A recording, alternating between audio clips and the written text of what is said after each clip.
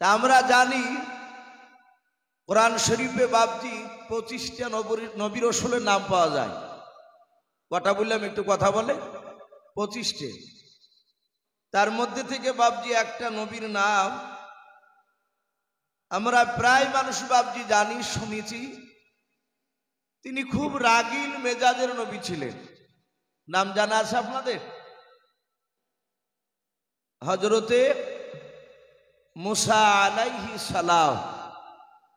খুব রাগীল নবী। সাহাবায়ে কেরাম রাদিয়াল্লাহু তাআলা আনহুম আজমাইন গণদের মধ্যে থেকে একজন বিশিষ্ট সাহাবা হযরতে আব্বাস রাদিয়াল্লাহু তাআলা আনহু তিনি বলেন যে বিশ্ব নবী আমার ভাতিজা, নবীজির আপন চাচা আব্বাস। উনি বলেন আমি আমার ভাতিজা মুহাম্মদ সাল্লাল্লাহু আলাইহি ওয়াসাল্লামকে নবী রাসূলের কথা বলতে দেখতাম, নিজ চোখে তাকিয়ে থেকে দেখতাম রাসূলদের কথা উনি বলতেন। তো দেখতাম মুসা পয়গম্বর আলাইহিস সালামের কথা বললে রহমতের নবী মুচকি মুচকি হাসতেন। বলুন সুবহানাল্লাহ। আব্বাস রাদিয়াল্লাহু তাআলা আনহু বলছেন, ওগো আল্লাহর রাসূল, ভাতিজা অথচ ভাইপো বলে ডাকতেন না, ওগো আল্লাহর রাসূল। কারণ নবীর দিক দিয়ে বাপজি সাহাবারা যারা রাসূলকে চিনতে পেরেছিলেন তারা বিশ্ব নবীকে সারা পৃথিবীর সবচেয়ে বড় সম্মান দিয়েছেন। বলুন আলহামদুলিল্লাহ। আর যারা রাসূলকে বাপজি চিনতে পারেনি, নবীকে যারা মহব্বত করেনি, তারা সারা পৃথিবীর সবচেয়ে ছোট নজরে দেখেছে। আমরা জানি বেঈমান আবু জেহেল আমার বিশ্বনবীর বন্ধু আবু বকর সিদ্দিক রাদিয়াল্লাহু তাআলা আনহু মক্কার চৌরাস্তার মোড়ে অনেকগুলো বাপজি সাহাবায়ে কেরাম আছে। হযরতে আবু বকর নবীজির সামনে বাপজি দাঁড়িয়ে ডাক দিয়ে বলতে লাগলেন, ওগো আল্লাহর রাসূল, আমি পূর্ণিমার চাঁদের দিকে তাকিয়ে দেখেছি আর আপনার চেহারার দিকে চেয়ে দেখেছি। রাসূল, দেখেছি চাঁদে দাগ আছে তো আপনার চেহারাতে দাগ নাই। বলুন আলহামদুলিল্লাহ। আমার বিশ্ব নবীজির মহব্বতের কথা সাহাবা আবু বকর তিনি রাসূলের প্রশংসা করছিলেন। আর ওই সময় বেঈমান আবু জেহেল রাস্তা দিয়ে যেতে যেতে আবু বকরের কথাটা শুনল। শোনার পর বলছেন, এই আবু কুহাফার বেটা আবু বকর। হাদিসের কিতাব এসেছে আবু বকরের আব্বার নাম ছিল আবু কুহাফা। ডাক দিয়ে বলছেন, এই আবু কুহাফার বেটা, এই তোর মুহাম্মদ সাল্লাল্লাহু আলাইহি ওয়াসাল্লামকে ওই চাঁদের দাগের সাথে তুলনা করছিস যে ওর চেয়ে তোর নবীর চেহারা ভালো? বলে হ্যাঁ।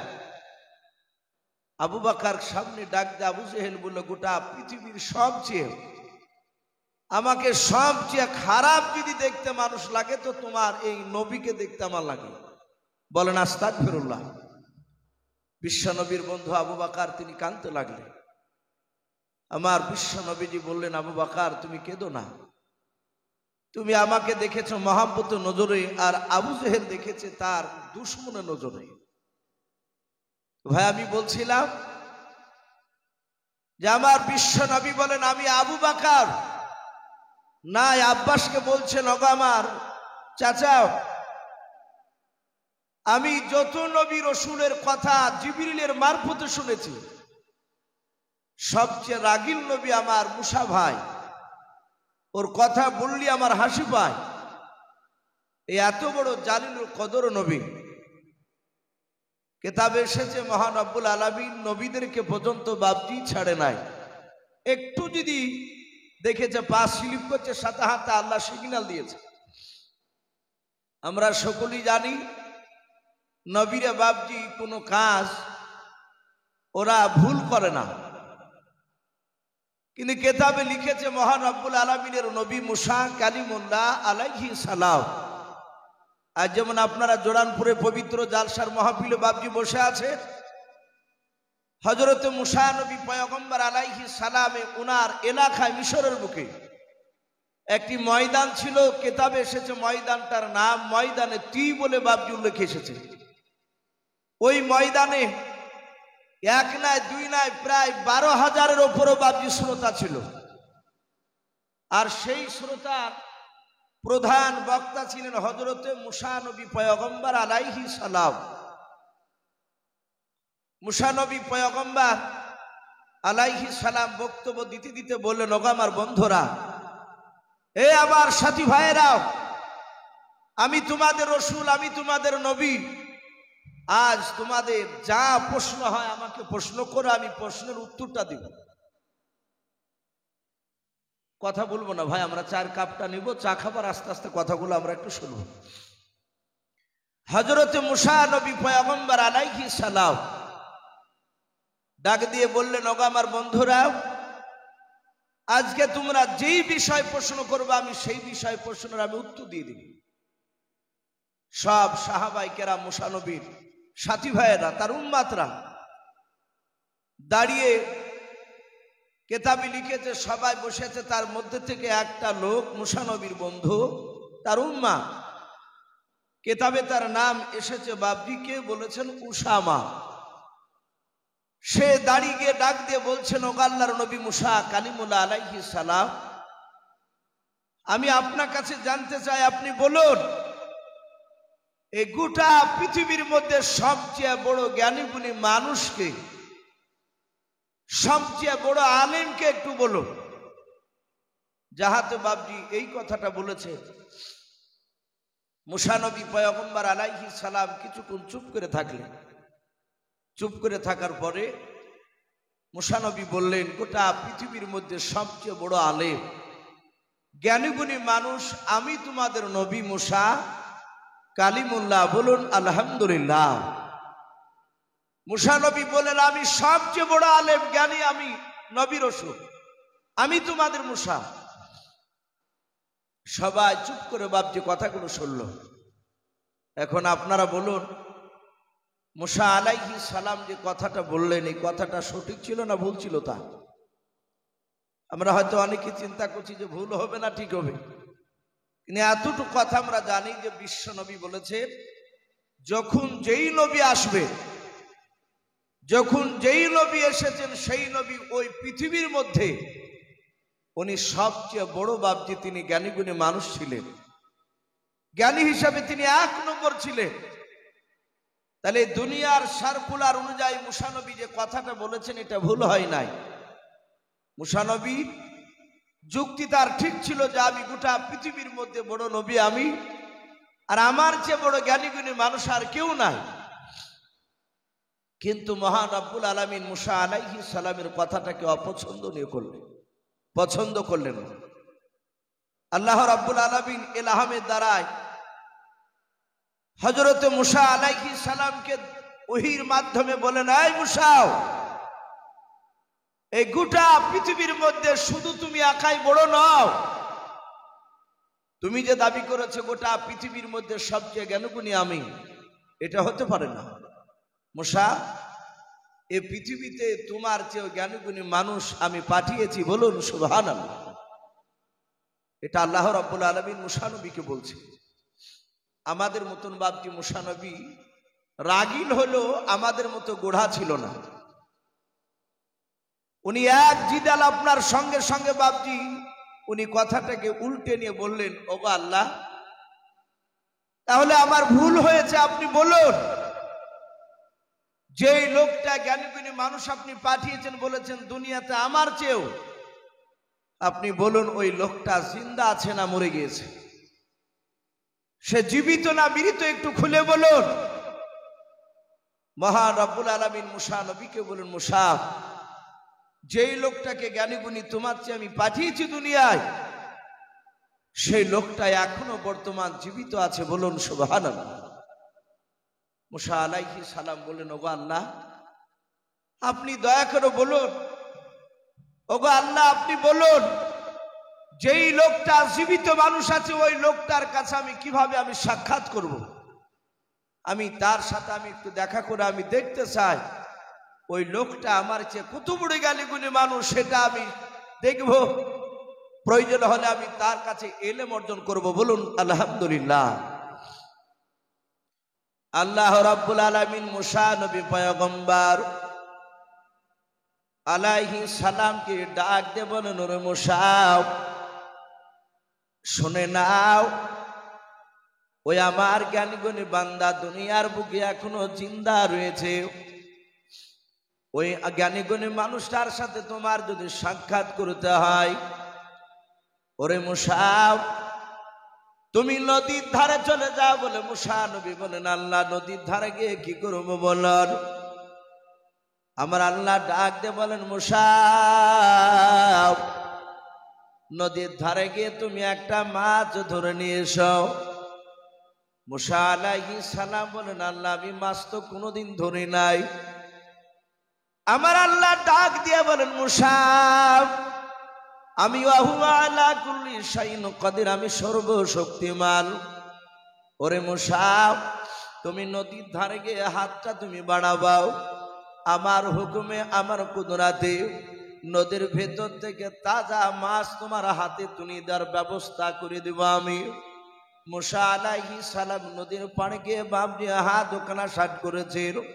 আল্লাহর কুদরাতে ওই নদী থেকে একটা তাজা মাছ বাপজি ঝাঁপ দিয়ে মুসা নবীর হাতে বাপজি পড়ে গেল।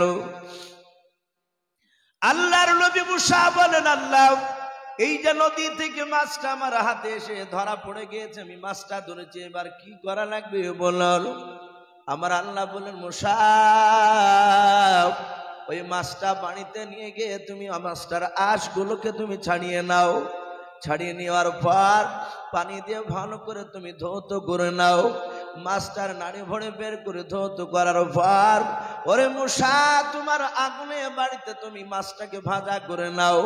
মুসা নবী পয়গম্বর আলাইহিস সালাম তাই করলেন। বাবা মাছটা ভাজা করার পর মুসা নবী ডাক দিয়ে আবার আল্লাহকে বলেন, আল্লাহ মাছটা ভাজা হয়ে গিয়েছে, এখন কি করা লাগবে বলাল। আমার আল্লাহ ডাক দিয়ে বলেন, মুসা মাছটা ভাজা করার পরে একটা ব্যাগের ভিতর ভাজা মাছটা তুমি ভরে নাও। ওরে আমার মুসা তোমার সবচেয়ে জানের বন্ধু, সবচেয়ে তোমার প্রিয় বন্ধু যে ব্যক্তি, সেই ব্যক্তিকে তুমি ডেকে নিয়ে এসো।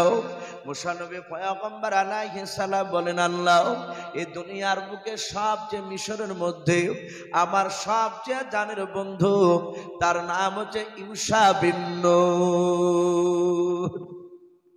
আল্লাহ বলেন, মুসা আমি ওটাও জানি, এ গোটা এই মিশরের মধ্যে সবচেয়ে তোমার যে জানের বন্ধু তার নাম হচ্ছে ইউশা বিন নূন। হে মুসা ওই ইউশা বিন নূন কি ডাকো।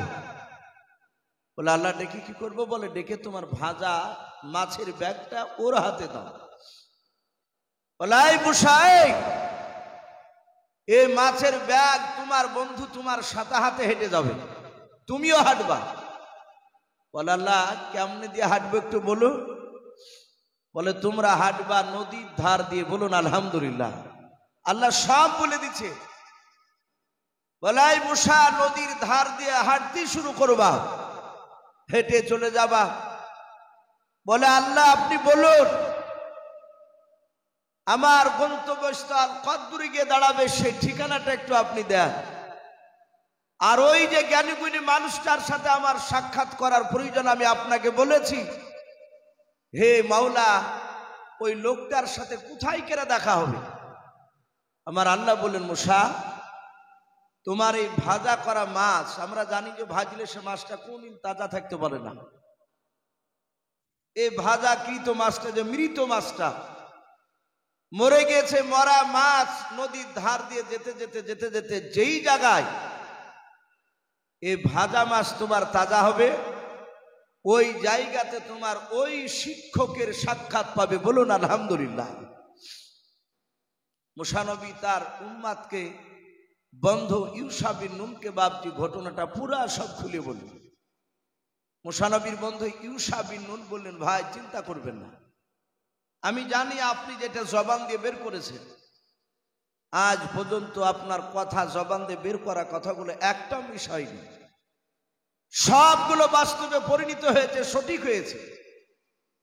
হে নবী এই মাছ যেখানে তাজা হবে সেখানে আপনাকে আমি স্মরণ করে দিব, ওখানে আপনার শিক্ষকের সাক্ষাৎ পাবেন। বলে হ্যাঁ ইউশা বিন নূন তুমি আমাকে একটু স্মরণ করে দিন। মুসা আলাইহিস সালাম চলতে শুরু করলে নদীর ধার দিয়ে। উনি আগে আগে যায়, মুসা নবীর বন্ধু ইউশা বিন নুন ভাজা মাছের ব্যাগ টেনে পেছন পেছন যায়। অনেক দূর বাবজি চলে গেলেন। চলে যাচ্ছেন, যেতে যেতে যেতে যেতে মুসা নবীর শাগিরা ইউশা বিন নুন উনি মনে মনে চিন্তা করছেন, আমাকে তো ভোক লেগেছে। ডাক দিয়ে বললেন, ওগো নবী মুসা আলাইহিস সালাম, আমাকে ভোক লেগেছে, একটু খাবারের ব্যবস্থা করা যাবে না? মুসা নবী দাঁড়িয়ে বললেন, ভাই তোমার আমার কাছে একটা ভাজা মাছ রয়েছে, আর এই মাছটা তোমার আমার জন্য খাওয়া যাবে না? আল্লাহ বলেছেন এই মাছ এখানে তাজা হবে, সেখানে আমার শিক্ষকের নাকি সাক্ষাৎ পাওয়া যাবে। সেই লোক নাকি আমার চেয়ে জ্ঞানীগুণী মানুষ, আমি তার কাছে আমি দেখতে চাই সে আমার চেয়ে কত বড় দামি লোক, কোন দিক দিয়ে জ্ঞানী সেটা আমি একটু দেখার জন্য এসেছি। ভাই সবুর করে, এখানে তো খাবারের ব্যবস্থা নেই। উনি ধৈর্য ধরে বাপজি আবার হাঁটতে শুরু করলেন। হেঁটে যেতে যেতে যেতে যেতে যেতে যেতে মুসা নবী বললেন, ভাই শোনো, আমার শরীর ক্লান্ত হয়েছে, না আমরা এখানে নদীর ধারে একটু জিরিয়ে নিই, একটু আরাম করে নিই। তাফসীরে মারিফুল কোরআনে এসেছে, নদীর ধার, যে ধার দিয়ে যাচ্ছিলেন নদীতে, ওই নদীর ধারে ছোট ছোট পাথর পড়েছিল। মুসা আলাইহিস সালাম একটা পাথরের উপর মাথা দিয়ে তিনি শুয়ে পড়লেন। ইউশা বিন নুন উনিও একটা ছোট পাথর মাথায় দিলেন। উনি ব্যাগটাকে মাথার সামনে রেখে চিন্তা করলেন, নবী বলেছেন এই মাছ তাজা হবে, আর এই তাজা হবি এখন, না হলেও পরও তাজা হবে। মুসা আলাইহিস সালাম তিনি ঘুমিয়ে আছে, নিদ্রায় চলে গিয়েছে। আর এই দিকে ইউশা বিন নুন ভাজা মাছটার ব্যাগের দিকে বাপজি তাকিয়ে ফেলফাল করে বাপজি দেখতেছে, তাকিয়ে আছে, দেখি মাছটা তাজা কখন হয়। আল্লাহর কুদরাতে ইউশা বিন নুন দেখলেন, বাবা ওই মরা মাছটা ব্যাগের ভিতর বাপজি তাজা হয়ে লড়তে শুরু করলো। বলুন সুবহানাল্লাহ। হযরত ইউশা বিন নুন বাপজি অবাক হয়ে গেলেন। উনি আর শুয়ে থাকলেন না, তিনি আপনার চুপচাপ তিনি বসে পড়লেন। বসে ব্যাগের দিকে তাকাচ্ছেন, ভাজা মাছটা ব্যাগের ভিতরে বাপজি খনবাল করে লড়তেছে। উনি মনে মনে চিন্তা করেছেন, মুসা নবী পয়গম্বর আলাইহিস সালাম বলেছেন, ওরে ইউশা বিন নুন, এ আমার ভাজা মাছ যে জায়গায় তাজা হবে সেই জায়গায় তুমি আমাকে কথাটা স্মরণ করে দিও। আমি যদি দেখতে না পাই তুমি আমাকে একটু ডাকিয়ে বলবাও। ইউশা বিন নুন তিনি দেখলেন ওই মাছটা ব্যাগের ভিতর থেকে বাপজি নড়তে নড়তে বেরিয়ে পড়ল। বেরিয়ে পড়ার পর পানিতে বাপজি আপনার ঝাঁপ মেরে দিয়ে চলে গেল। ইউশা বিন নুন তিনি আপনার তাকে আরো বড় ধরনের আশ্চর্য হয়ে গেলেন। মাছটা পানিতে জামনে দিয়ে চলে গেল রে বাবা, অমনে দিয়ে দেখছে সুড়ঙ্গ রাস্তা হয়ে গেল। বলুন সুবহানাল্লাহ। একেবারে সরু রাস্তা আমরা দেখতে পাই, পাহাড়ি মাটি আপনার একটু উঁচু ঢিপ থাকলে দেখবেন মাছরাঙ্গা, এ দূরের গর্ত থেকে মাছরাঙ্গা ঢোকে, ওই পাহাড়িতে ফুটো থাকে।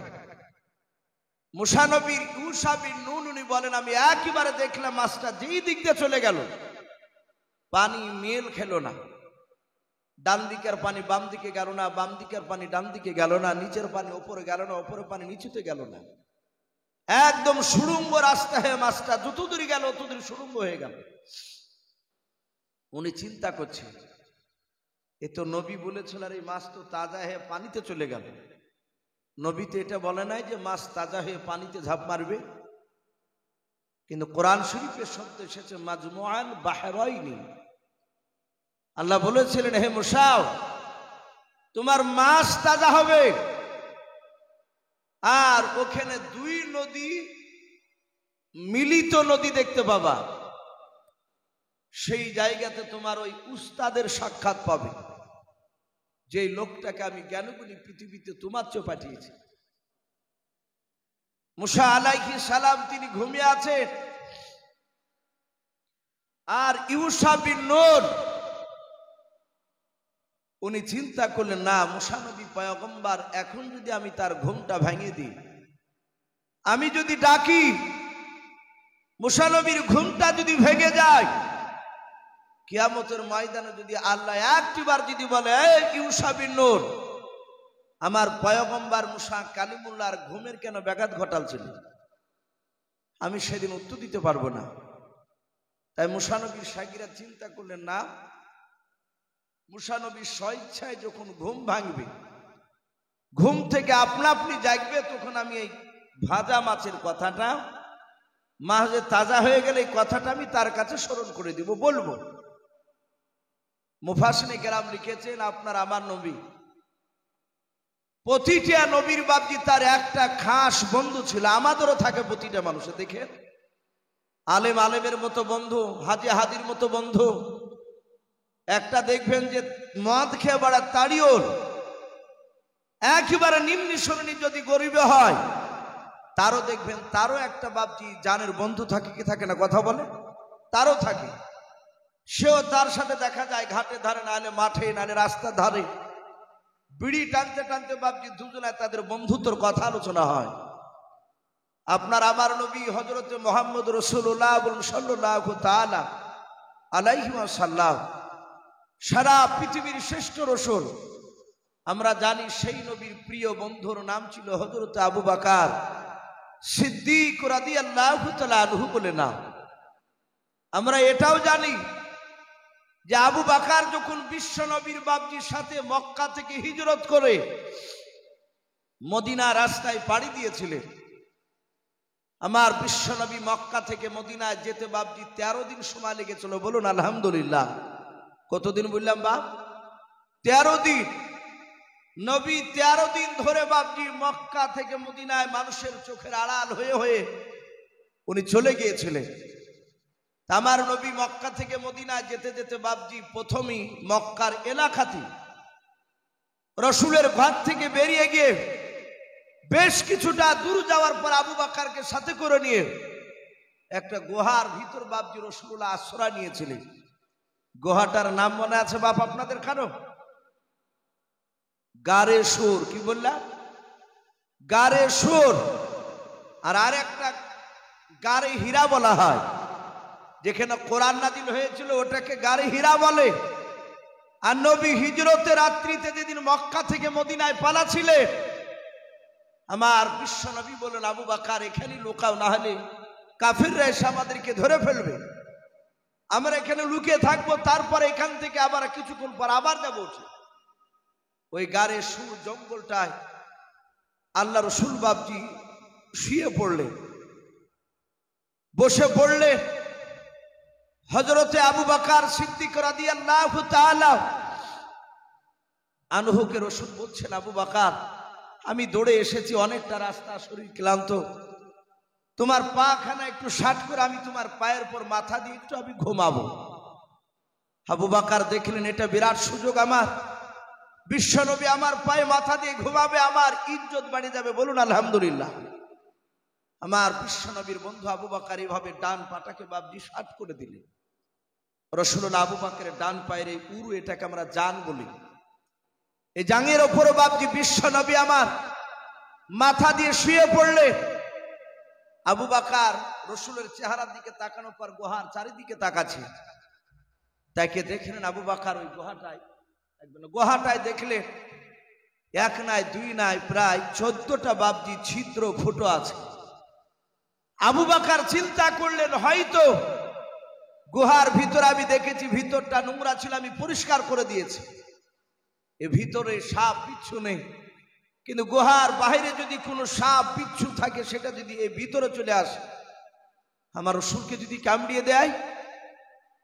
আবু বকর সিদ্দিক রাদিয়াল্লাহু তাআলা আনহু কিতাবে লিখেছে, উনি মাথাতে একটা রুমাল ছিল, ওই রুমালটা ছিঁড়ে ছিঁড়ে ছিঁড়ে ছিঁড়ে বাপজি ওই ফুটোগুলোকে বাপজি বন্ধ করছেন, বাহিরকে আর পোকামাকড় যেন প্রবেশ করতে না পারে। ছিঁড়ে দিয়ে বন্ধ করতে করতে বাপজি একটা ফুটো আর বন্ধ করতে পারলো না। ওই ফুটোটা বাপজি চিন্তা করলেন এখানে তো কাপড় নেই। উনি ওনার বাম পাটা ওই ফুটোটাতে বাপজি আঙুল ভরে দিয়ে, বাম পায়ে বুড়ো আঙুল ভরে দিয়ে চুপচাপ চাপ দিয়েছে। রাসূলুল্লাহ ডান পায়ে মাথা দিয়ে আছে। কেতাবে বাপজি ঘটনাটা এসেছে। আমরা সকলেই জানি যে ওই গুহার ভিতরে বাপজি একটা সাপ ছিল কি ছিল না, কথা বলে শুনেছেন তো আপনারা। কিন্তু ওই গুহার ভিতরে ওই সময়তে সাপটা ছিল না।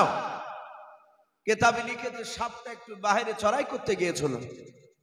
কোন কোন মুফাসসির কেরাম ওই সাপটার ব্যাপারে বলেছে, আমি যেই মুসা নবীর কথা আলোচনা করছিলাম আপনাদের সামনে এখনই যে শুরু করেছি, এই মুসা আলাইহিস সালাম তিনি মক্কা নগরে এক নয় দুই নয় প্রায় 10 থেকে 12টা তার শাগিরাত, তার ভক্ত, তার সাহাবা দেরকে নিয়ে বাপজি ওই মক্কা নগরে ওই গারে সুরো এলাকা দিয়ে রাস্তা দিয়ে তিনি যাচ্ছিলেন। সে মুসা নবী জামানা,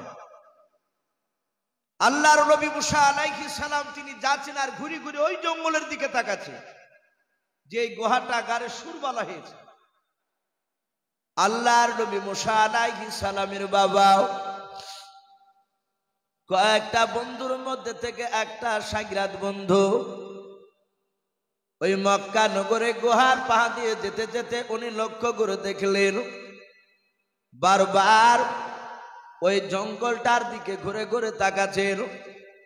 মুসা নবীকে ডাক দিয়ে বলেন, নবী গো, আমি অনেকক্ষণ ধরে মক্কা নগরে যখন আপনি যাচ্ছিলেন আমি ফলো করে দেখলাম আপনি সামনের দিকে পা ফেলছেন আর পেছন দিকে ঘুরে ঘুরে কেন আপনি জঙ্গলের দিকে তাকাচ্ছেন বলেন। মুসা নবী পয়গম্বর আলাইহিস সালাম ডাক দিয়ে বলেন, ভাই আমি জঙ্গলের দিকে ঘুরে ঘুরে কেন তাকাচ্ছি তুমি জানো না? বলে নাও। ওরে আমার ভাই শুনে নাও, এই জঙ্গলের ভিতরে একটা গুহা রয়েছে। এই গুহার ভিতরে সারা পৃথিবীর পয়গম্বর জনাবে মুহাম্মদ রাসূলুল্লাহ সাল্লাল্লাহু তাআলা আলাইহি ওয়াসাল্লাম যে নবীকে দুনিয়ার বুকে সৃষ্টি না করলে বাবা গোটা পৃথিবীর নিজামকে আল্লাহ বানাতেন নাও, আর সেই নবীকে সেই জামানায় নবীকে আল্লাহ পাঠাবেন। ওরে আমার বন্ধুরা, ওই নবীকে তার দেশের লোকেরা চিনতে পারবে না। ওরে বন্ধুরা শুনে নাও, ওই দেশের লোকের অত্যাচারে থাকতে না পেরে আল্লাহর হুকুমে আমার সেই আখিরি জামানার পয়গম্বর জনাবে মুহাম্মদ রাসূলুল্লাহ সাল্লাল্লাহু তাআলা আলাইহি ওয়াসাল্লাম মক্কা থেকে পালিয়ে যেতে যেতে এই জঙ্গলে গুহার ভিতরে যেটা গুহা আছে সেই গুহার ভিতরে মুসা নবী তার বন্ধুকে নিয়ে এখানে আশ্রয় নিবে। মুসা নবী শুধুই কথাটা বললেন, সেই আখিরি জামানা নবী তার বন্ধুকে নিয়ে এখানে আশ্রয়, এখানে থাকবে, এই জাহাজে থাকবে বলেছে। আর ওই ভিতরে ছিল সাপ।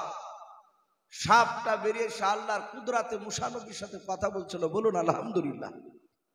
ডাক দিয়ে বলে, এই মুসা নবী, এই এখানে আমি থাকি আর আমার ঘরে আবার কাকে নিচে ঢোকাছো? বলে, হে সাপ, সারা পৃথিবীর শ্রেষ্ঠ রসুল হবেন উনি। বলে, তাই? বলে, হ্যাঁ, উনি প্রতিটা নবী রসুলদের তিনি সর্দার হবেন। বলুন আলহামদুলিল্লাহ। আমার বিশ্ব নবীকে সাইয়্যিদুল মুরসালিন বলা হয়, রসুলদের সর্দার। আমরা এটাও শুনেছি, হয়তো আপনাদের ইমাম সাহেব প্রায় মসজিদে বাবজি এটা যে আরবিতে রজব মাস চলছে, কি চলছে না ভাই? আগামী শাবান মাসটা শেষ হয়ে গেলি রমজান মাস শুরু হবে। প্রায় মসজিদে বাবজি রজব মাসে মেয়েরাজের ঘটনা আলোচনা করে। আপনার আমার বিশ্বনবী মেয়েরাজে গিয়ে 7টা আসমান পার করে 7 আসমানের উপর একটা মসজিদ রয়েছে বাপ। ওই মসজিদটার নাম জানা আছে আপনাদের কারো? বাইতুল মামুর। কি বললাম? বাইতুল মামুর। একেবারে কাবা শরীফের বাপজি একদম ওপরে, 7টা আসমান পার করে ওপরে বাপজি সেই মসজিদটা আছে। ওই মসজিদে লক্ষ লক্ষ বাপজি, কোটি কোটি ফেরেশতা যত নবী রাসূল আল্লাহ পাঠিয়েছিল সব নবী রাসূল ওখানে কাতার বেঁধে দাঁড়িয়েছে, 2 রাকাত নামাজ পড়বে। প্রথমে ইমামতি কে করবেন? বললেন জিবরিল আলাইহিস সালাম করবেন। জিবরিল বলেন আমি এই জামাতের ইমামের আমি যোগ্য নয়। বলুন আলহামদুলিল্লাহ। বলে কে ইমামতি করবে? জিবরিল বলেন এখানকার ইমামতি তাহলে সর্বপ্রথম নবী হিসাবে দুনিয়াতে আদমকে পাঠানো হয়েছিল, আদমকে পাঠান, আদমই যাক। বললেন আমি এখানকার ইমামের যোগ্য নয়। বলে এত নবী রাসূল এবং ফেরেশতাদের ইমামতি কে করবে? সবাই আওয়াজ দিল এখানকার ইমাম হবেন তিনি হচ্ছেন মুহাম্মদুর রাসূলুল্লাহ সাল্লাল্লাহু আলাইহি ওয়াসাল্লাম। নবী ওখানে বাপটি ইমাম করেছিলেন, নামাজ পড়িয়েছিলেন। এই জন্য বাপটি ওনাকে রাসূলদের ইমাম বলা হয়, সাইয়্যিদুল মুরসালিন, রাসূলদের সরদার। ডাক দিয়ে বাপজি বলল সেই নবীজি এখানে আসবে। বাপজি আমার সোনা নানেরা মুসা নবীকে বলেছিলেন হুজুর আপনি দোয়া করেন যেন আখিরি জামানার সেই নবীকে আমি সালাম না দিয়ে আল্লাহ যেন আমার মওতটা না নেয়। বলুন আলহামদুলিল্লাহ। আমি যেন ওই নবীকে সালাম দিতে পারি। মুসা নবী দোয়া করেছিলেন। কোন মুফাসসির কেরাম লিখেছেন যে আল্লাহ তার দোয়াকে কবুল করেছেন। আবু বকর সিদ্দিক রাদিয়াল্লাহু তাআলা আনহু পা ভরে দিয়ে বাপজি বসে আছে, রাসূল শুয়ে আছে।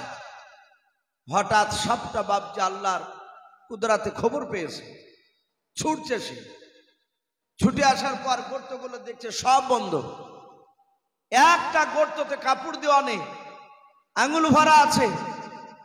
সাপটা প্রথমে তার লেজ দিয়ে ধাক্কা মারছে, রাসূলকে সালাম দিবে। আবু বকর বুঝতে পেরেছে সাপ মনে হয় এসেছে। আমরা জানি শরীরে স্পর্শ নাক সবারই না করলো, লোকের মুখে শুনেছি সাপের শরীর মানুষের গায়ে ঠেকলে সাপের শরীর নাকি ঠান্ডা লাগে। মুসা নবী পয়গম্বর নাই, আবু বকর সিদ্দিক রাদিয়াল্লাহু তাআলা আনহু উনি আঙুলটা দিয়ে আরো জোরে চাপ দিচ্ছে, এই সাপটা যেন প্রবেশ করতে না পারে। সাপ এক না দুই নাই বাবাও 4-5 বার বাপজি ধাক্কা মারলো, যখন গেল নাও পাটা বাপজি টানলো নাও। ওই বড় আঙুলের আগায় বাপজি ওই মাথাতে সাপটাই কামড় মেরে দিলাও। হযরতে আবু বকর বাপজি বিষে জর্জরিত অবস্থায়, উনি বুঝতে পারছেন বাহির থেকে আমাকে সাপে কামড়ে দিয়েছে। কিন্তু আবু বকর চিন্তা করেছেন মালিক সারা পৃথিবীর রহমতের নবী আমার ডান পায়ের উপর মাথা দিয়ে ঘুমিয়ে আছে। মুসা নবী পয়গম্বরের ঘটনাও আবু বকর সিদ্দিক রাদিয়াল্লাহু তাআলা আনহুর বাপজি মনে পড়ে গেল তার বন্ধুর কথাও। ওই যে মুসা নবী ঘুমিয়ে আছে, মাছটা তাজা হয়ে পানিতে চলে গেল।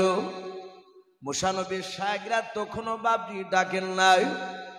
হযরতে আবু বকর তিনি এই ঘটনা বাপজি শুনেছিলেন আমার বিশ্ব নবীর মুখ থেকে। বাবাও আল্লাহর নবী জনাবে মুহাম্মদ রাসূলুল্লাহ সাল্লাল্লাহু তাআলা আলাইহি ওয়াসাল্লামের বন্ধু আবু বকর উনি মনে মনে চিন্তা করেছেন মাওলা তোমার নবী মুসা নবীর বন্ধু ইউশা বিন নুন যদি তার ঘুমটা যদি না ব্যাঘাত ঘটায়, আমি সেই নবীর বন্ধু আবু বকর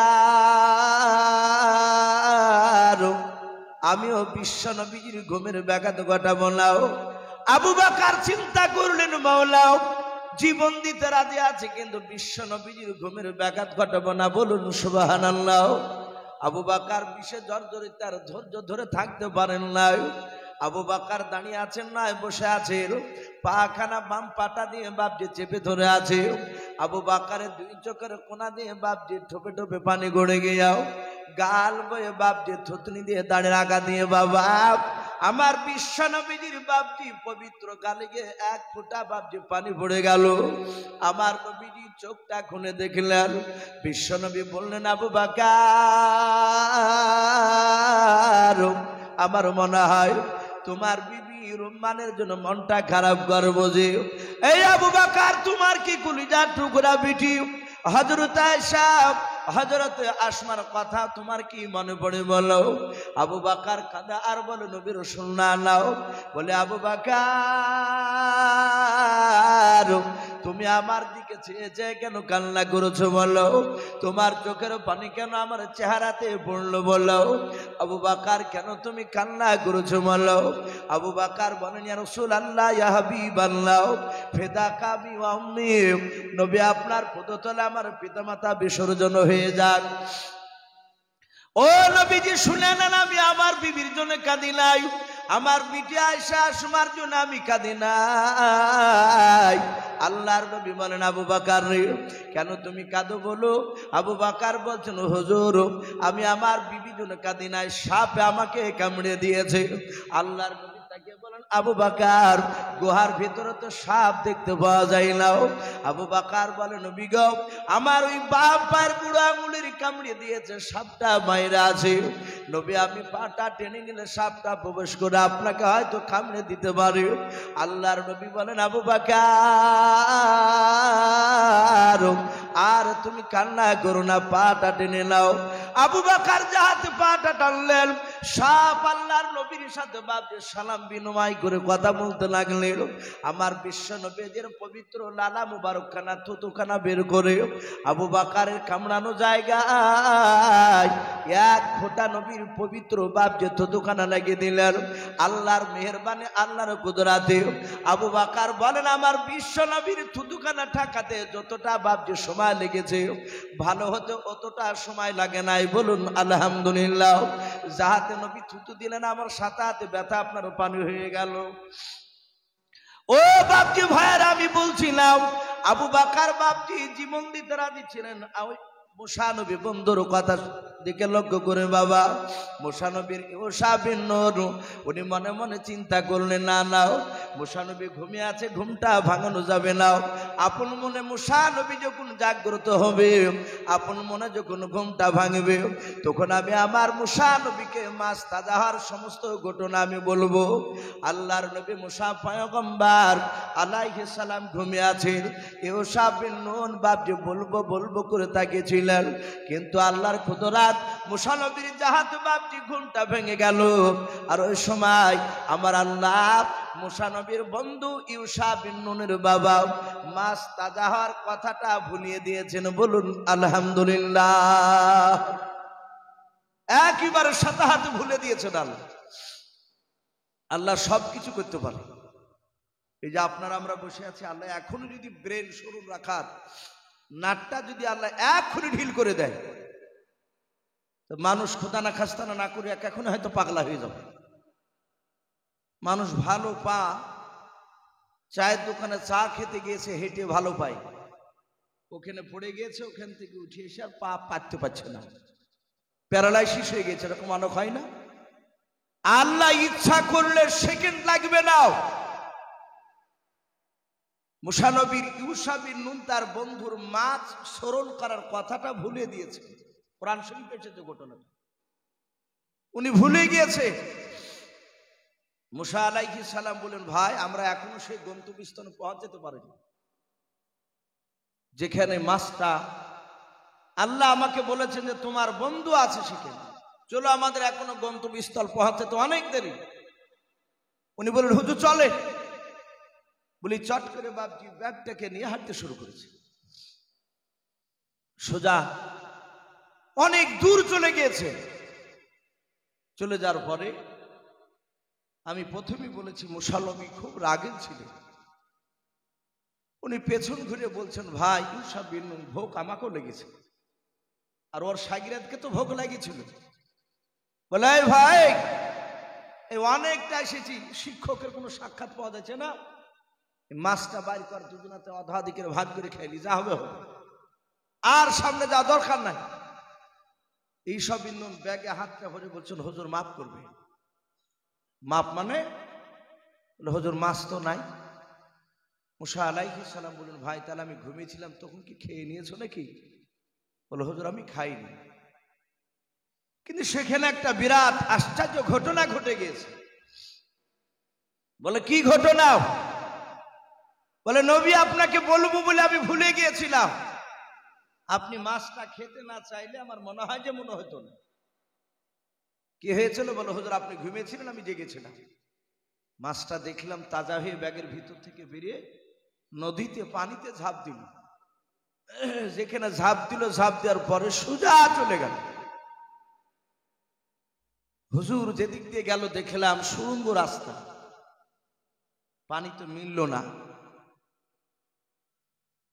মুসা নবী বলেন ভাই আমি বলেছিলাম না যে আমাকে স্মরণ করে দিল? হুজুর ভুলই তো গিয়েছিলেন, আমি ইচ্ছাকৃত বলিনি তা নয়, আমি ভুলে গিয়েছিলাম। মুসা নবী বলেন আর সামনের দিকে যাওয়া যাবে না, পেছন দিকে চলো, ওই জায়গাতেই আমার শিক্ষক আছে, জ্ঞানী গুণী মানুষ আছে। তাফসীরে লিখেছে মুসা নবীর পায়ের নিশানা দেখে দেখে হাঁটতে লাগলেন, কারণ পাথর অনেকগুলো ছিল। এক রানিং হেঁটে যাওয়ার, যেখানে সবাই ঘুমাতে যাবে, একটু আরাম করতে যাবে, ওখানকার পাহাড়টি একটু বেশি হবে, হবে না পায়ে ছাপ, একটু ঘোরাফেরা করেছে ওখানে। আসার পর দেখছে ওই জায়গাতে সুড়ঙ্গ, সেই পানিতে রাস্তা হয়ে আছে। কেতাবে লিখেছে মুসা আলাইহিস সালাম আসার পথে দেখলেন ওই জায়গাতে একটা নদীর কিনারায় একটা পাথরের উপর একটা মানুষ সাদা চাদর গায়ে দিয়ে বাবজি বসে আছে, সাদা পাঞ্জাবি, সাদা পাগড়ি, সে বসে আছে ওই জায়গায়। মুসা আলাইহিস সালাম এসে সালাম দিলেন, বলুন আলহামদুলিল্লাহ, আসসালামু আলাইকুম ওয়া রাহমাতুল্লাহি ওয়া বারাকাতুহু। যে ব্যক্তি চাদর মুড়া দিয়ে বসেছিলেন উনি সালামের উত্তর দিলেন। ওনার নাম কোরআন শরীফে লিখেছে হযরতে খিজির আলাইহিস সালাম, বলুন আলহামদুলিল্লাহ। শব্দটা খদির এসেছে, আমরা বাংলা থেকে কিতাব পড়তে গিয়ে দেখেছি খিজির বলেছে। তো হযরতে খিজির আলাইহিস সালাম নাম শুনেছেন আপনারা এই নামটা? ওনাকে খিজির এই কারণে বলা হতো, উনি শুকনো বালির ওপরে, ঘাস নাই, শুধু সাদা বালি, ওই বালির ওপরে উনি বসে উঠলি যতবার বসতে ওই বালির ওপরে, ততবারই ওই বসার জায়গা থেকে ঘাস বের হতো, বলুন আলহামদুলিল্লাহ। এটা একটা তার মর্যাদা ছিল, এই জন্য ওনাকে খজির বলা হতো। হযরতে মুসা আলাইহিস সালাম সালাম দিলেন, উনি সালামের উত্তর দিলেন। যে ব্যক্তি চাদর মুড়া দিয়েছিলেন ওনার নাম কি বললাম বাপ? হযরতে খিজির আলাইহিস সালাম। উনি বললেন এই তোমার নাম কি? মুসা নবী বললেন আমার নাম মুসা। আবার বললেন তুমি বানি ইসরাইলের মুসা? বলে হুজুর হ্যাঁ আমি বানি ইসরাইলের মুসা। বলে ভাই তুমি আমার এখানে কি করতে এসেছো? খিজির বলছিল ওই চাদর মোড়া লোকটা, তুমি তো বিখ্যাত নবী রাসূল, বলুন আলহামদুলিল্লাহ। উনি চিনতে পেরেছেন, বলে এই মুসা ভাই তুমি তো বিখ্যাত নবী রাসূল, তুমি আমার এখানে কি মনে করি? বলো ভাই মাফ করবা, আমি তোমার সাথে কিছুক্ষণ সময় কাটাতে চাই। ওই যে আল্লাহ বলিয়েছে জ্ঞানীগুণী মানুষ, মুসা নবী দেখবে যে কোন দিক দিয়ে জ্ঞানী ও আমার, আমি একটু আপনার সাথে সফর করব, থাকবো, আমি ঘুরবো। তাহলে এরা টোটাল কজন হলো ভাই? তিনজন হলো। মুসা নবী, মুসা নবীর ছাত্র শাগিরাত বন্ধু ইউসা বিন নূর, এরা দুজনাই এবার যে খিজিরের কাছে গিয়ে দাঁড়িয়েছে। তাহলে এদের দুজনার শিক্ষক উনি আল্লাহর কথা অনুযায়ী। ইউসা বিন নূর বলেন ভাই মুসা, আমি তোমার পা থেকে মাথা পর্যন্ত তাইকে আমি দেখতে পাচ্ছি, তুমি আমার সাথে বেশিক্ষণ সময় দিতে পারবে না, আর আমি যে সব কাজগুলো করবো এই মুসা তুমি বরদাস্ত করতে পারবে না, বলুন আলহামদুলিল্লাহ। এটা আগেই বলছেন ইউসা বিন নূর, কে? মুসা নবীকে খিজির আলাইহিস সালাম। মুসা নবী দেখলেন ঘুরিয়ে যদি চলে যায় তাহলে তো আল্লাহর কথা এ পরীক্ষাই হবে না আমার। আর আল্লাহ যখন বলেছেন সত্য, দেখি জ্ঞানী গুণী কোন দিক দিয়ে বলো, ভাই খিজির তুমি যা কাজ করবে আমার সামনে আমি সব মেনে নেব। বলো ভাই যদি প্রতিবাদ করো, মুসা বললেন ভাই প্রতিবাদ করলে আমাকে ওখান থেকে বাড়ি পাঠিয়ে দিও, আর নিয়ে যেও না। বলে কথা পাকা? বলে হ্যাঁ। মুসা নবীকে বলো ভাই তাহলে আমরা টোটাল হলাম 3 জনাই। খিজির বলে এই নদীর এই পারে আছে, ওরা নদী ধারিত কথা হচ্ছে। বলো মুসা ভাই আমরা নদীর এই পার থেকে ওই পারে যাব, যাবা? মুসা নবী বলেন যেখানে যাবেন সেখানে আমরা যেতে রাজি আছি। মুসা নবী বলেন ভাই যাবেন কিসে, পার হবেন কিসে, যানবাহন নৌকা তো নেই। বলে আল্লাহ ব্যবস্থা করে দিবি, উনি বলছেন। মুসা নবী বলে দেখলাম, হঠাৎ করে দেখলাম নদীর ওই পার দিয়ে একটা নতুন নৌকা চলে যাচ্ছে মাঝিতে নিয়ে। ওই নৌকাটা বাবজি মাঝি নতুন তৈরি করে প্রথমই বাবজি শহীদ করেছে নদীতে, সেদিনই নামালছে। খিজির বলে ওরে নৌকার মাঝি ভাই এই পারে এসো। বলে ভাই কেন? বলে আমাদের 3 জনাকে এপার থেকে ওই পারে পার করে দাও। মুসা নবী বলেন আমি তাকিয়ে তাকিয়ে দেখলাম ওই নৌকার মাঝে আর দ্বিতীয় বাবজি কোনো বাক্য বের করলো না, শব্দ বের করলো না। বলে ভাই দাঁড়ানো। বলে নৌকা ঘুরে নিয়ে এইবারে খিজিরের কাছে বাবজি চলে আসলো। নৌকার মাঝে হাসছে আর বলছেন ওগো ভাই তাড়াতাড়ি চাপুন, আমি একটা নতুন দেশে যাব ব্যবসা করতে, এখান থেকে অনেক দূর রাস্তায় যাওয়া লাগবে আমাকে ব্যবসা করতে, আমি ভাড়া মারতে যাচ্ছি, তাড়াতাড়ি চাপুন, আপনাদেরকে নেমে দিয়ে তাড়াতাড়ি চলে যাব। খিজির মুসা নবীকে বলেন ভাই তোমরা 2 জনা চাপো, আমিও চাপো। 3 জনা চেপে গেলেন। নদী দিয়ে পার হতে হতে খিজির বলে ভাই নৌকার মাঝি আমরা 3 জনা আছি, বলো তুমি কত টাকা নিবা পার করতে, ভাড়া কত টাকা লাগবে বলো। নৌকার মাঝি মুচকে হাসি দিয়ে বলো হুজুর 1 টাকাও ভাড়া 3 জনার লাগবে না, শুধু একটু আমার জন্য দোয়া করবেন যেন নৌকা থেকে যেন আল্লাহ আমার রুজিতে বরকত দেয়। বলুন আলহামদুলিল্লাহ। তাহলে নিশ্চয় মহব্বত করতে। মুসা নবী দেখলেন নৌকার মাঝে বড্ড ভালো। হযরতে খিজির বলে ভাই নৌকার মাঝি এ তো নৌকা দেখছি একেবারে নতুন নৌকা। নৌকার মাঝে হাসতে হাসতে বলল ভাই আমি আজকে নতুন তৈরি করে আমি এই নদীতে নামিয়েছি, প্রথম ভাড়া মারতে যাচ্ছে। খিজির বলেন মুসা ভাই তুমি বসে কি দেখছো? বলে আপনার কথাগুলো শুনছি। খিজির বলে ভাই নৌকার মাঝি নৌকা সুন্দর হয়েছে। বলে হ্যাঁ। বলে তোমার কাছে কুড়াল জাতীয় কোনো জিনিস আছে কিংবা হাতুড় আছে কিনা বলো। বলে কুড়াল আছে। বলে কুড়ালটা দাও। কাটকাটে কুড়াল বলি না আমরা। হযরতে মুসা নবী চিন্তা করলেন নদীর মাঝখানে কুড়াল আবার কি করবে এই মওলানাও, এই লোকটা কুড়াল কি করবে? এই জ্ঞানে জ্ঞানে মানুষটা কেন কুড়াল নেবে? নৌকার মাঝি বলল হুজুর ওই দেখেন কুড়াল। কুড়ালটা মাঝি বাপজি নিয়ে এসে ওই খিজিরকে দিয়ে দিলেন। খিজির আলাইহিস সালাম নৌকার এক সাইডে বাপজি যাওয়ার পর 2-4টা কুড়োল বাপজি খুব মারার পর একেবারে নিখুঁত নৌকা, যা চটা ফাটা কোনো বাপজি দাগ দুগালি ছিল না। খিজির আলাইহিস সালাম ওই নৌকার বাপজি এক বিদ মতো বাপজি নৌকার ওপরকার কাঠের তক্তাও কুড়োল দিয়ে বাপজি আপনার ছিনে দিলেন। নৌকাটা বাপজি আপনার খুঁতে পরিণত হলো, নিখুঁত আর বাপজি থাকলো না। মুসা নবী পয়গম্বর আলাইহিস সালাম দেখলেন এই লোকটা তো ভালো নয়, এই মানুষটা নৌকার মাঝি এত ভালো, ভাড়া নিল না, মিষ্টি কথা বললো, আবার ওই লোকটারই কুড়ুল দিয়ে নৌকা ভেঙে দিল। নৌকার মাঝি কিছু বলল না। বললেন ভাই তাড়াতাড়ি নামুন। ওরা নেমে গেল, নৌকার মাঝি বাপ যে চলে গেল।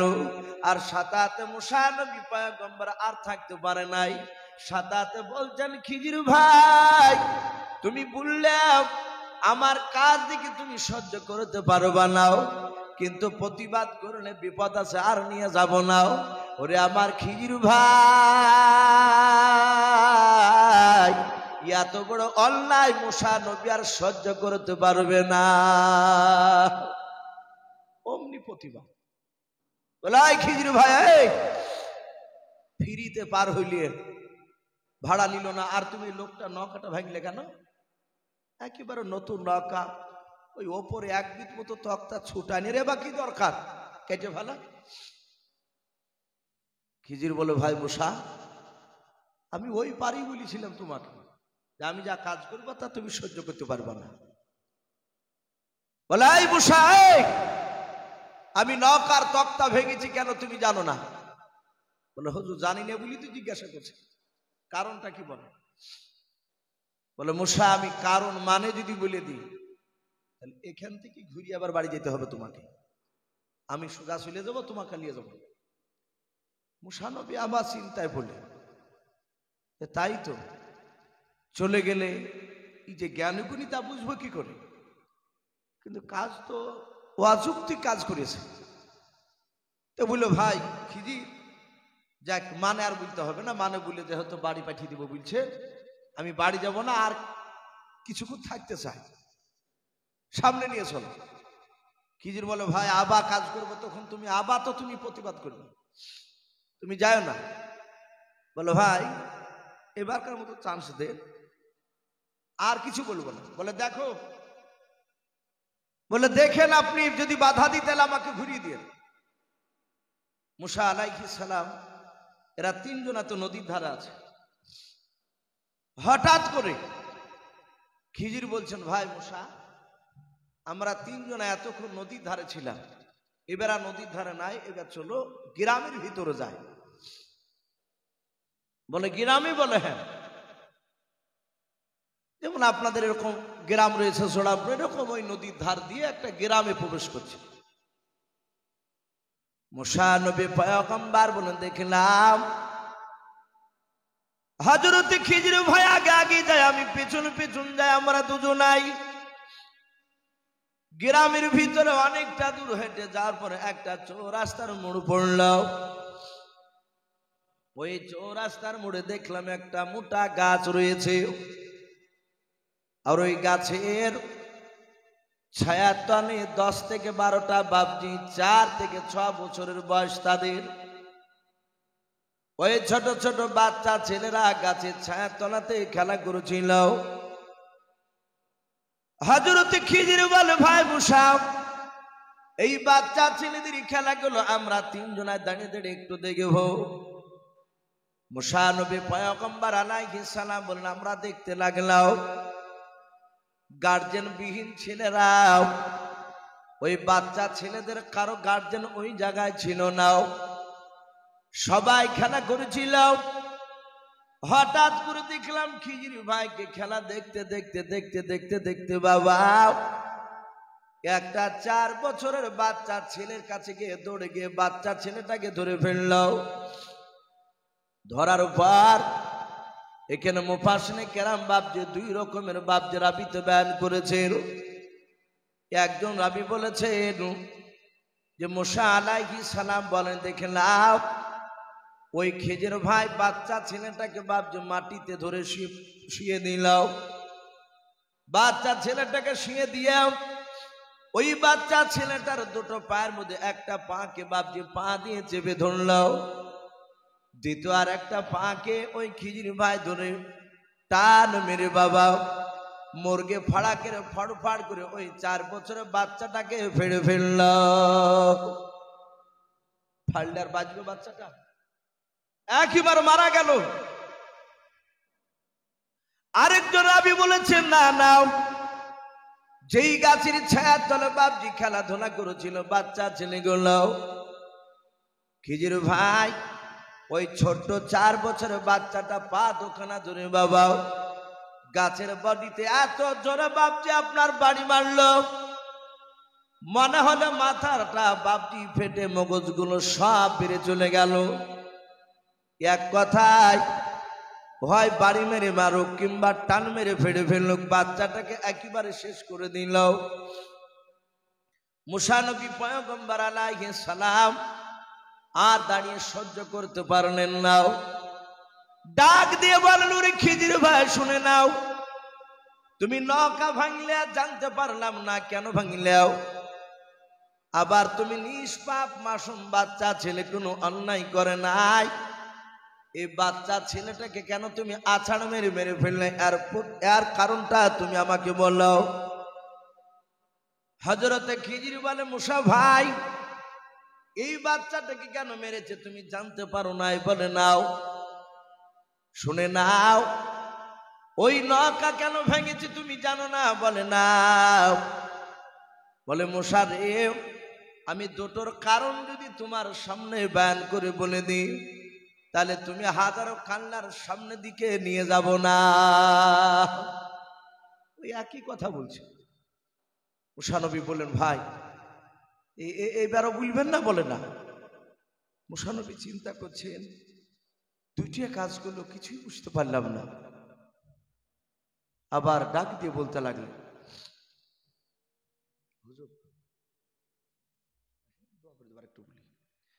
হযরতে মুসা নবী পয়গম্বর আলাইহিস সালাম সঙ্গে সঙ্গে বাপজি বললেন, ভাই এবারকার মতো আর বলতে হবে না। মুসা নবীকে বললেন, ভাই কবার ভুল করে, তুমি কথা দিয়ে কথা রাখতে পারছো না? বলে হুজুর এবারকার মতো সামনে নিয়ে চলো। বলে না, আমরা দেখেছি মানুষ ভুল করলে 3 বার তাকে সুযোগ দেওয়া হয়, লাস্টে বলে ভাই এবারই শেষ সুযোগ। বলে হুজুর 3 বার এবার দিত, এবার তো দিচ্ছেন। মুসা নবী বলেন, এই খিজির ভাই আর একবার সুযোগ দেন, আর বলবো না। বলে দেখো, বলে হ্যাঁ। এরা 3 জনায় বাপজি ওই গ্রাম থেকে এবার আবার হাঁটতে শুরু করলো। মুসা আলাইহিস সালাম বললেন, ভাই খিজির ভাই, আমার এই বন্ধু ইউসা বিন নুনকে ভোগ লেগেছে। বাপজি আমরা আর উঠাউঠি করবো না বাপ, আর একটু বসি, রাত্রি 2টো পার হতে চলেছে, বলো অনেক রাত্রি, আমরা একটু বসে যাই, ইনশাল্লাহ আর কিছুক্ষণ আলোচনা করি, ইনশাল্লাহ দোয়া হবে, আখিরি দোয়া নিয়ে আমরা সকলে বাড়ি যাব। আর খাস করে জালসার কমিটি ভাইদেরকে অনুরোধ করবো, ভাই আপনারা যে যেখানে থাকুন না কেন এখন আর দায়িত্ব আর পালন করা লাগবে না, যেহেতু বাজার ঘাটে মানুষ ফাঁকা হয়ে গেছে। তা আমি কমিটি ভাইদেরকে বলবো, ভাই আপনারা ঘুমিয়ে না থেকে যদি কেউ শুয়ে থাকেন তাহলে তাড়াতাড়ি উঠে এসেন, এসে আমরা সকলে বসে শেষ মোনাজাতে একটু শরীক হবে ইনশাল্লাহ। ভাই যারা রাস্তায় ঘোরাফেরা করছেন আমি তাদেরকে বলবো, কমিটি ভাই আপনারা তাড়াতাড়ি আসুন।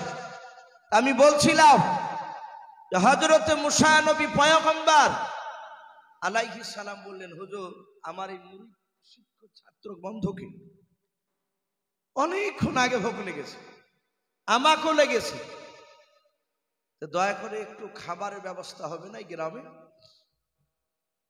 নিশ্চয় আপনার এলাকা। খিজির বলল, ভাই তাহলে দাঁড়াও দেখি, খাবার তার আমাদের কাছে নাই, বাড়িতে কেউ দিচ্ছে কে দেখি। খিজির ভাই প্রতিটা বাড়ির দরজাতে সালাম দেয় আর খাবার চায়। বেশ কয়েকটা বাড়িতে ঘুরলে, একটা বাড়িওয়ালা বাপজি এক মুষ্টি খাবার দিল না। সবাই বলছে নাই, খাবার নাই। খিজির বললেন, ভাই গ্রাম খুঁজতে খুঁজতে একদম শেষ হয়ে গেল, একটা জঙ্গল মাঠ পড়েছে। খিজির বলছেন, ভাই মুসা মাফ করবা, খাবার দিল না, তা আমি কি করব, খাবার নাই। তো মুসা নবী বলেন, এমন এলাকায় থাকেন যে একটা লোকের কাছ থেকে খাবার ম্যানেজ করতে পারলেন না, আপনি আমার এলাকায় যাইন, কত খাবার খাবেন আমি নিয়ে দিব আপনাকে। বলে ভাই আমাকে না দিলে আমি করব কি? সবর করো। মুসা নবী তার বন্ধুকে বলেন, ভাই তুমিও সবর করো, ইমানদারদের ধৈর্য ধরা ছাড়া তো কোনো রাস্তা নাই। হযরতে মুসা নবী পয়গম্বর আলাইহিস সালাম সঙ্গে সঙ্গে আপনার বলা হয়েছে, উনি বলেন যে খিজির আলাইহিস সালাম মাঠ দিয়ে চলতে লাগলেন, আমরা চলতে লাগলাম। অনেক দূর মাঠ দিয়ে যেতে যেতে দেখলাম হযরতে খিজির ভাই বাপজি জঙ্গলের কাছে গিয়ে রাস্তার ধারে বাপজি দাঁড়িয়ে গেলেন। হযরতে মুসা নবী বলেন, হুজুর আপনি এখানে কেন দাঁড়ালেন বলেন? খিজির বলে, মুসা ভাই জঙ্গলে তুমি কিছু দেখতে পাচ্ছ তাকে বলাও। হযরত মুসা নবী বলেন, আমি জঙ্গলের ভিতরে তাকে দেখলাম একটা ঘর দেখতে পাওয়া যাচ্ছে। বলে, মুসা ভাই ওই ঘরটা তাড়াতাড়ি বলো বিরান ঘর না মানুষ বাস করা ঘর? মুসা নবী বলেন, ঘরটা দেখলাম জঙ্গল বেঁধে গিয়েছে,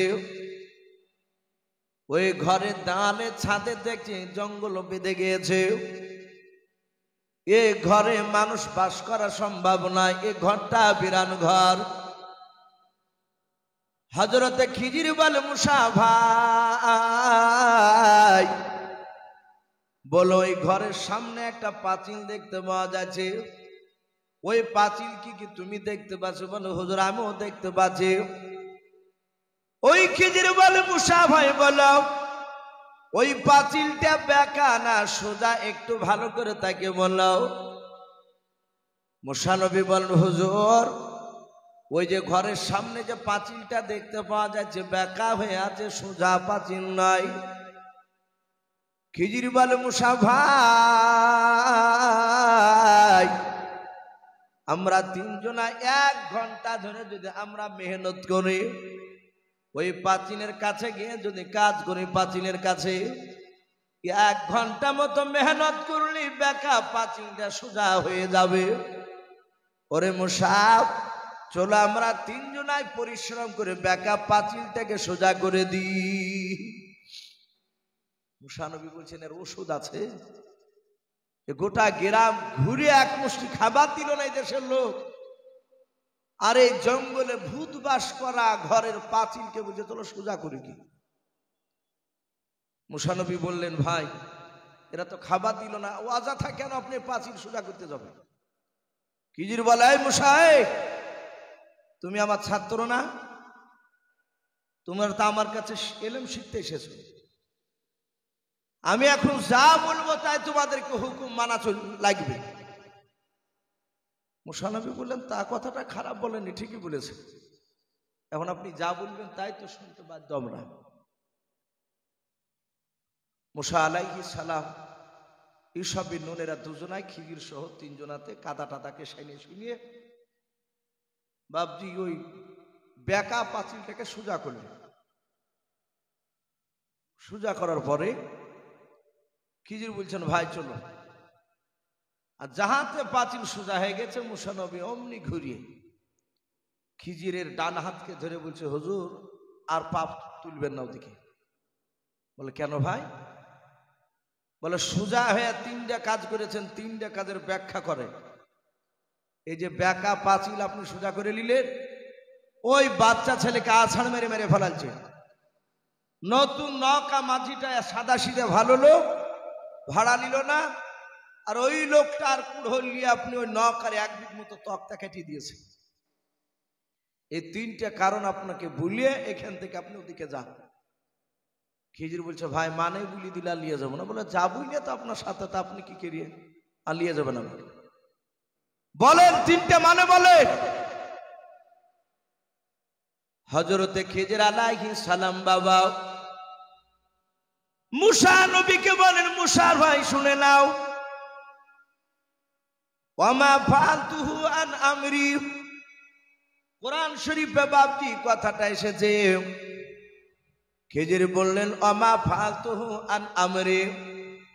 ওরে মুসা ভাই আমি 3টা যে কাজ করেছে শুনে নাও, ওই কাজ 3টা আল্লাহর হুকুমে করেছে, বলুন সুবহানাল্লাহ। এখান থেকে মুফাসসিরে কেরাম, উলামায়ে কেরাম বলেছেন, বাবা যারা নবী রাসূল হবে তারা আল্লাহর বিনা অনুমতিতে কোনো কাজ করবেন না। আর ওই খিজির বলেছিলেন মুসা ভাই, ওমা ফালতুহু আন আমরি, আমি তিনটা কাজ করেছি আমি আল্লাহর হুকুমে যে কাজগুলো করেছি। এখান থেকে উলামে কেরাম মুফাসসিরিনে কেরাম বলেছেন খিজির উনিও একজন বিখ্যাত নবী ছিলেন। বলুন আলহামদুলিল্লাহ। ওর কথা অনুযায়ী বোঝা যাচ্ছে তিনি নবী ছিলেন। খিজির বলে মুসা ভাই, ওই নৌকাটা কেন ভেঙেছি তুমি জানো না? বলে নাও। ওরে মুসা ভাই, ওই নৌকার মাঝিকে তুমি চিনো বেশি না আমি বেশি চিনি, তুমি বলো। মুসা নবী বললেন খিজির ভাই, যেহেতু আপনার কথা শুনে নৌকা ওই পার থেকে এই পারে নিয়ে আসলো, নৌকার মাঝির কাছে ভাড়া দিতে বললেন, কিন্তু ভাড়া নিল নাও। আমার চেয়ে আপনার সাথে বন্ধুত্ব আছে, পরিচয় আছে। খিজির বলে ভাই মুসা, তাহলে তুমি জানো না? বলে নাও। ওরে মুসা, ওই নৌকার মাঝি অত্যন্ত গরিব মানুষ। বলে হ্যাঁ, তার জীবিকা নির্বাহ হয় ওই নৌকার উপরে। ওরে মুসা, ওই নৌকাটা নতুন নৌকা নদীতে ফেলেছে আজকে, এটা আমি ভালো জানি। নৌকাটা নিখুঁত নৌকা এটাও আমি জানি, কিন্তু মুসা তুমি জানো না ওই নৌকা আমাদেরকে পার করে যেই দেশে যাচ্ছে ভাড়া মারতে। বলে হ্যাঁ, ওই দেশে আজকে 15 দিন আগে একটা নতুন বাদশা হয়েছে।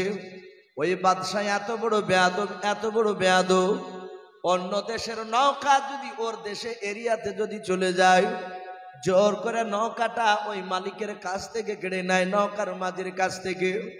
নৌকা কেড়ে নিয়ে নৌকাটা দেখবে খুঁত না নিখুঁত নৌকা। ওরে মুসা ভাই, ওই বাদশা বেয়াদব হলে তার একটা গুণ রয়েছে। বলে কি গুণ? নৌকা যদি সোনা দিয়ে যদি তৈরি করা হয়, আর নৌকাটা যদি একটু খুঁত হয়ে যায়, ওই বাদশা আর কখনো নৌকাটাকে নিবে না, মাঝিকে ফেরত দিয়ে দেবে। ওরে মুসা, এই নৌকাটা যখন লোকটার কাছ থেকে যখন কেড়ে নেবে আর পাবে না, কারণ নৌকাতে কোনো দাগ দুগালি খুঁত নাই।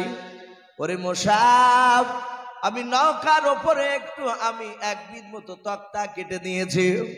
নৌকা যখন চিরুনি তল্লাশি চালিয়ে দেখবে খুঁত আছে কিনাও, দেখবে 1 বিট মতো নৌকার তক্তা ভাঙা আছে।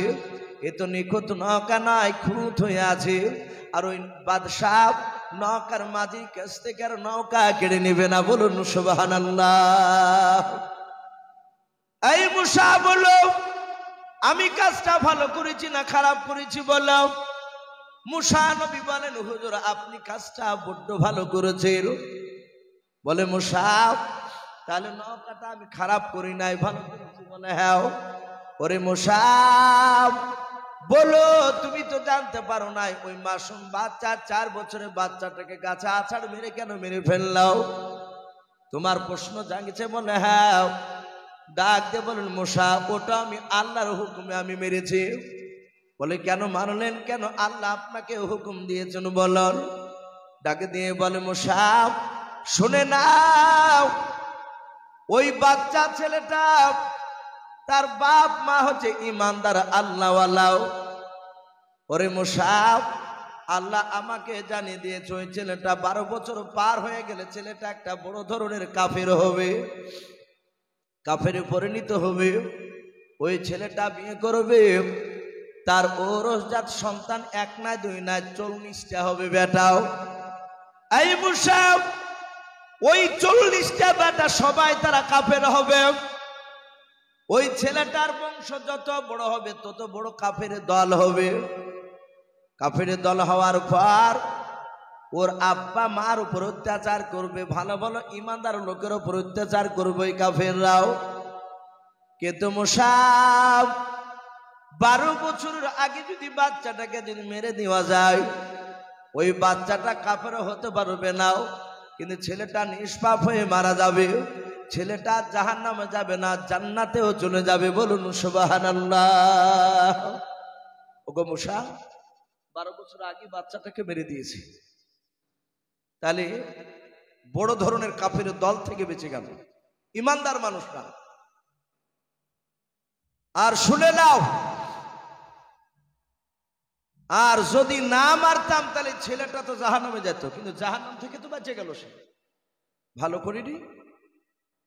মুসা নবী বলেন, কাজ তো খারাপ করেনি, ঠিকই করেছে। হুজুর তাহলে ওই ঘরটার প্রাচীর কেন সোজা করলেন? ওখানে তো মানুষ বাস করে না। ডাক দিয়ে বলেছিল, মুসা ওই পাঁচিলের তলে কি আছে তুমি জানো? বলে না। ডাক দিয়ে বলেছিল, মুসা ওই পাঁচিলের তলে একটা সোনার লগ্নে আছে, বলুন আলহামদুলিল্লাহ। ওরে মুসা, ওই বাড়িওয়ালার দুটো বাচ্চা ছেলেকে রেখে বাড়িওয়ালারা তারা স্বামী স্ত্রীতে মারা যায়। ওই বাড়িওয়ালারা দিনদার আল্লাহওয়ালা ছিল, পরেজগার ছিল, সলেহন ব্যক্তি ছিল। ওই বাচ্চার বাপ মা মৃত্যুর আগে কিছু সোনার টাকা পয়সাও একটা লগ্নেতে ভরে ওই পাঁচিলের তলে পুঁতে রেখেছিল তার দুই সন্তানের জন্য। ওরে মুসা, ওই বাচ্চা ছেলে দুটো জানে না যে পাঁচিলের তলে সোনার লগ্নে ভরা আছে। মুসা শুনে নাও, ওই বাচ্চা ছেলে দুটো তার বাপ মা মরার পর ওই বাড়ি থেকে অনেক দূরে তারা চলে গিয়েছে। অমুক গ্রামের বাচ্চা দুটো একটা বাড়িতে লালিত পালিত হচ্ছে। এই মুসা, এই পাঁচিলটা যদি আমরা সোজা না করতাম, হয়তো 10 বছর পর পাঁচিলটা ভেঙে পড়ে যেত। আর ভেঙে পড়ে গেলে ওই টাকার লগ্নটা দেখতে পাওয়া যেত। চলতি মানুষেরা ওদিকে তাকানোর পর আর টাকার লগ্নে থুয়ে যেত না, তারা উঠে নিয়ে চলে যেত। ওরে মুসা, আমরা তিনজনায় 1 ঘন্টা মতো পাঁচিলটা সোজা করে দিয়েছে। শুনে নাও, এ পাঁচিল 10 বছর কেন 50 বছরও পাঁচিলটার পড়বে না। বলে নাও মুসা, ওরা আস্তে আস্তে দুই ভাই যখন বড় হয়ে যাবে, ওরা বাপের ভিটাতে তারা আসবে। আসার পর দুই ভাই ঘর ভেঙে বাড়ি করতে যাবে। যখনই পুরানো ঘর ভেঙে বাড়ি করতে যাবে, ওই পাঁচিল ভাঙতে যাবে আর পাঁচিলের ভিতর থেকে সোনার টাকাটা পেয়ে যাবে। ওদের দুই ভাইয়ের উপকার আসবে, বলুন আলহামদুলিল্লাহ। মুসা খারাপ করেছি? বলো হুজুর না, আপনি ভালোই করেছেন। কিতাব এসেছে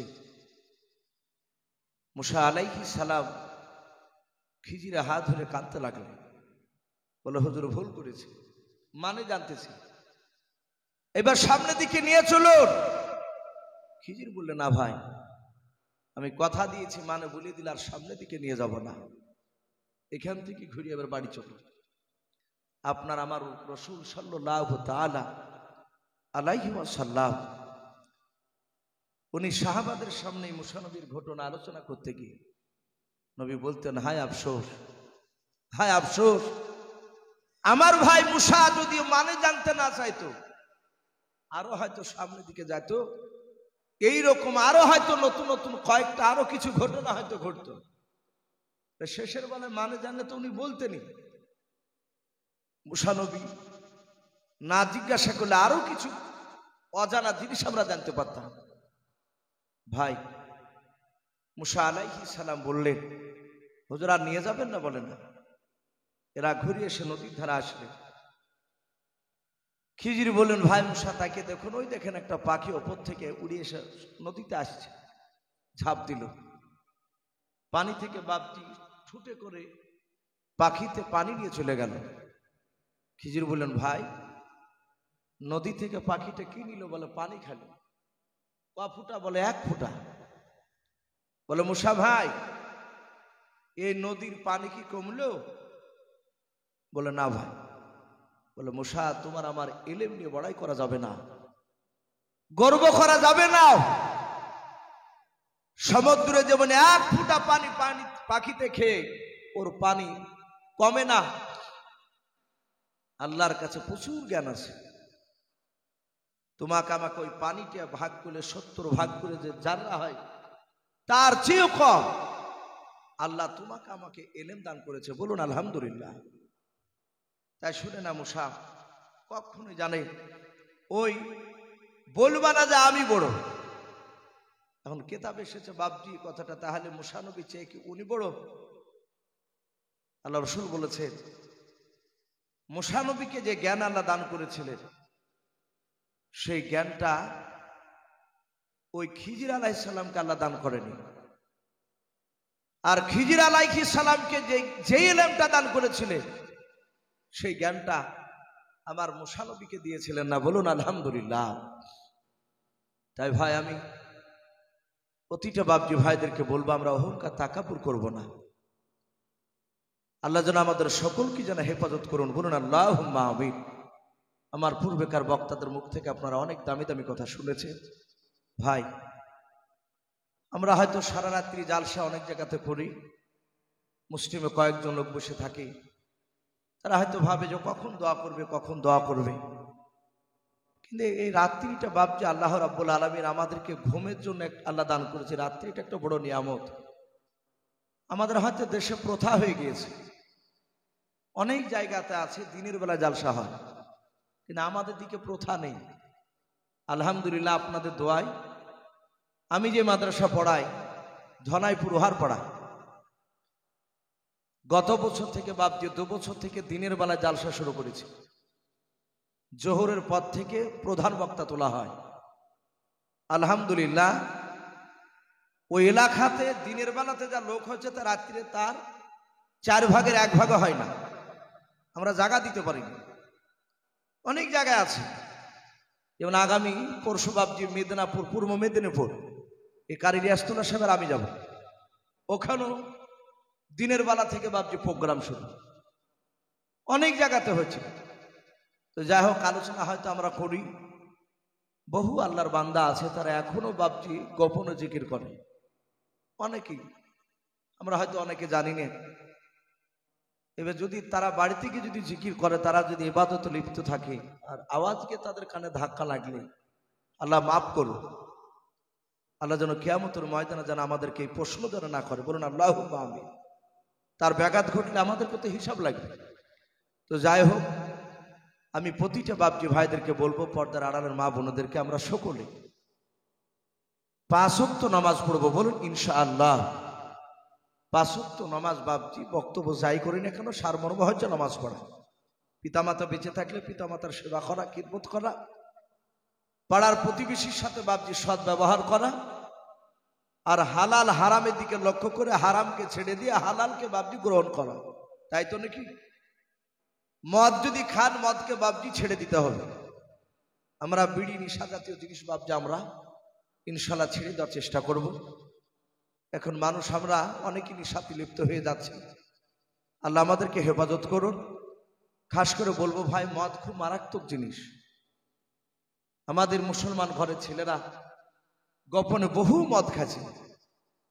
পাড়াতে দেখতে না পাইলেও মাঠে ধারে রাস্তা থাকলে দেখা যায় রায়ের ভুঁয়ে, গমের ভুঁয়ে, গম রায় কাটার পর দেখা যায় বড় বড় বাপজি বোতল হয়ে পড়ে থাকে মুসলমান এলাকায়। অথচ এলাকায় হিন্দু ছেলে নাই। তাহলে জানতে হবে যে আমাদের ঘরের সন্তানরা যে ওখানে লুক করে খাচ্ছে। ভাই রাসূল বলেছেন মদ করে দোয়া আল্লাহ কবুল করে না। আর যে পৃথিবীতে মদ খায় সে পৃথিবীর এমন কোন নিকৃষ্ট কাজ নাই যে সে কাজটা করতে পারবে না। তার দ্বারাই যে হবে না তার কোনো মানে নাই। তাই বাপজি ভাইদেরকে বলবো আমরা একেবারে তওবা করব, কেউ খাবো না। আমরা নিশা জাতীয় জিনিস আমরা খাবো না। বলুন ইনশাআল্লাহ। আগামীতে বাপজি রমজান মাস আসছে, আমরা এখন থেকে প্রস্তুতি নিব, এখন থেকে দোয়া করব। আল্লাহ রাসূলের রজব মাসে দোয়া করতে, হে আল্লাহ তুমি রজব মাসে বরকত দাও, শাবান মাসে বরকত দাও, ও বাল্লিগনা ফি রমাদান। এবং লাস্টে বলতেন, হে আল্লাহ তুমি আমাকে রমজান পর্যন্ত আমাকে নিয়ে চলো। আমরা রমজান মাসের জন্য বাপজি প্রস্তুতি নেব। আমরা এখন থেকে ওয়াদা করব, আমরা একটা রোজা বেঁচে থাকতে আমরা ইনশাআল্লাহ ভাঙবো না। বলুন ইনশাআল্লাহ। বলুন ইনশাআল্লাহ। আল্লাহ যেন আমাদের সকলকে যেন কোরআন এবং সুন্নাত অনুযায়ী চলা তৌফিক দান করুন। বলুন আল্লাহুম্মা আমিন। আচ্ছা, এখানে জালসার কমিটি লোক আছেন, একটু হাত তুলুন তো কারা কারা। সুবহানাল্লাহ, একটাও নাই। বারবার করে আমাকে যে দুজন নিয়ে আসছিলেন, হুজুর একটু বলেন যে কমিটি ছেলেরা জালসা যারা দিছে তারা নামাজ পড়ে না, তাহলে তাদেরও তো দুজনা থাকা দরকার ছিল এখানে, ওরাও তো নাই। তাই আমি কমিটি ভাইদেরকে বলবো, ভাই জালসা দিচ্ছেন ভালো কাজ, কিন্তু আমরা নমাজ পড়বো। নমাজ পড়লে লোকেরা জানবে যে যুবক ছেলেরা জালসা দিচ্ছে, পরিশ্রম করে এরা নমাজ পড়ছে, এরা একটু ভালো হয়েছে।